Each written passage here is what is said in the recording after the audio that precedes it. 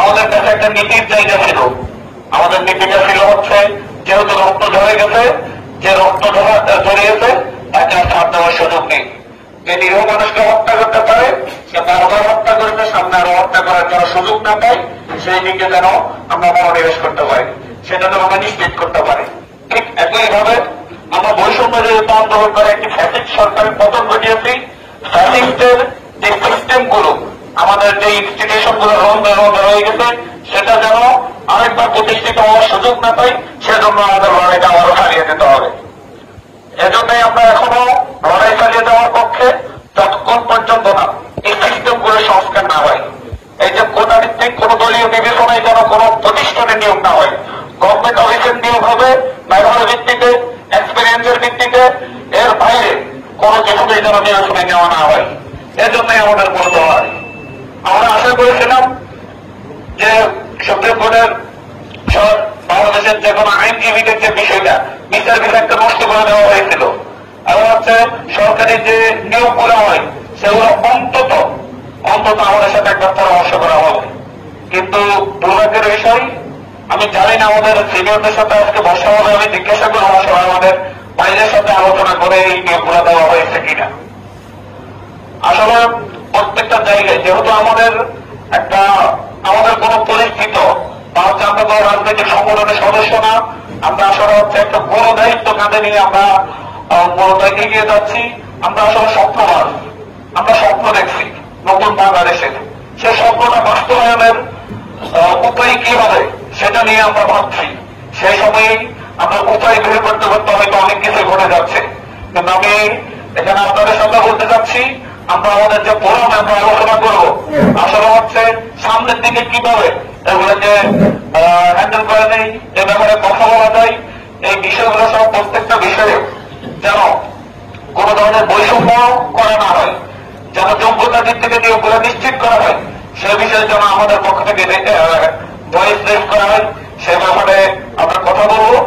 পাশাপাশি বিজ্ঞ আইনজীবীদের কাছে অনুরোধ থাকবে, আপনারা সকলেই, আমি দেখেছি এখানে একটা মামলা নিয়ে অনেক ধরনের কথা হয়েছে, আমিও সেই মামলার পক্ষপাতী নই সাকিব আল হাসানকে নিয়ে। কিন্তু আসলে হচ্ছে বাংলাদেশে একটা মনস্তাত্ত্বিক ফ্যাসিজম চলে আসছে। ফ্যাসিজমটা শুধুমাত্র ইনস্টিটিউশনে ছিল তা নয়, ফ্যাসিজম কিন্তু মনস্তত্ত্বে ছিল। এবং আমরা নিজেরাও হয়তো এখন এই ফ্যাসিজমের 16 বছরের নিজেরা বড় হতে হতে নিজেদের মাথায় একটা ফ্যাসিজমের ভূত কাটে আছে।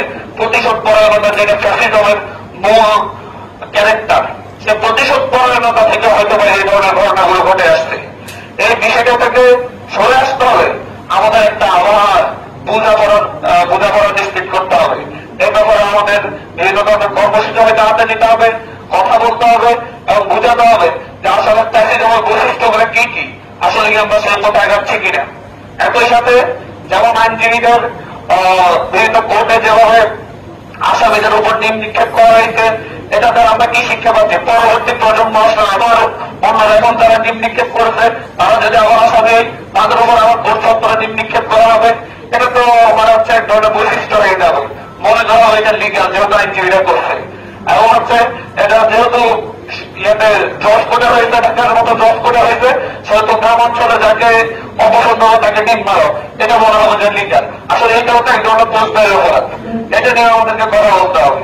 পাশাপাশি আমরা মনে করি বাংলাদেশে যে একতাটা গড়ে উঠেছে, ছাত্র, শিক্ষক, জনতা, আইনজীবী সকলে যেভাবে কাঁধে কাঁধ মিলিয়ে একটি ফ্যাসিস্ট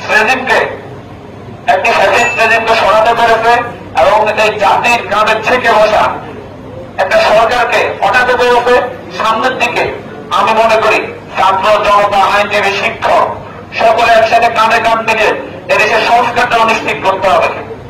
বারবার আমাদের 71 রক্ত দেওয়ার পরে সংস্কার হয়নি, 90 রক্ত দেওয়ার পরে সংস্কার হয়নি, 96 রক্ত দেওয়া হয়েছে, 2001 রক্ত দেওয়া হয়েছে, 2006 রক্ত দেওয়া হয়েছে আজ পর্যন্ত, আবার 8 থেকে 2024 সাল পর্যন্ত রক্ত দিয়েছে এদেশের মানুষ। এদেশের মানুষের ইতিহাস 53 বছরের স্বাধীনতার ইতিহাসে আমার মনে হয় না কোন একটা বছর রক্ত না দিয়ে এদেশের মানুষ থাকতে পেরেছে। যারা এই ন্যায়ের জন্য বারবার কেন আমাদেরকে রক্ত দিতে হবে, ন্যায়টাকে প্রাতিষ্ঠানিক রূপ কবে দিতে পারবো আমরা। সেই ক্ষেত্রে আমি মনে করি আমাদের যে একতাটা 5ই আগস্ট পর্যন্ত ছিল, সেই একতাটা এই দেশের প্রত্যেকটা ইনস্টিটিউশনের সংস্কার নিশ্চিত হওয়ার আগ পর্যন্ত সে একতাটা আমাদেরকে মধ্যে বিভিন্ন গ্রুপ তৈরি করাতে পাবলিক প্রাইভেট বিভাজন, ঢাকা বিশ্ববিদ্যালয় বহিরাগত বিভাজন, এবং সমন্বয় সাধারণ শিক্ষার্থী বিভাজন, তাছাড়া আইনজীবীদের মধ্যে বিভাজন, বিএনপি পক্ষে আইনজীবী, আওয়ামী পক্ষে আইনজীবী। আমরা আসলে বিভাজনের জন্য তো বারবার রক্ত দিচ্ছি না, যে অপরাধে তার বিচার হবে সে কোন পন্থী ছিল তাদের আরো থাকতে পারে, কিন্তু সকলকে কাঁধে কাঁধ মিলিয়ে যদি লড়াইটা না করতে পারি, এখন যদি জাতীয় একতা নিশ্চিত না হয়, তাহলে আমার মনে হয় আমরা পিছিয়ে পড়বো।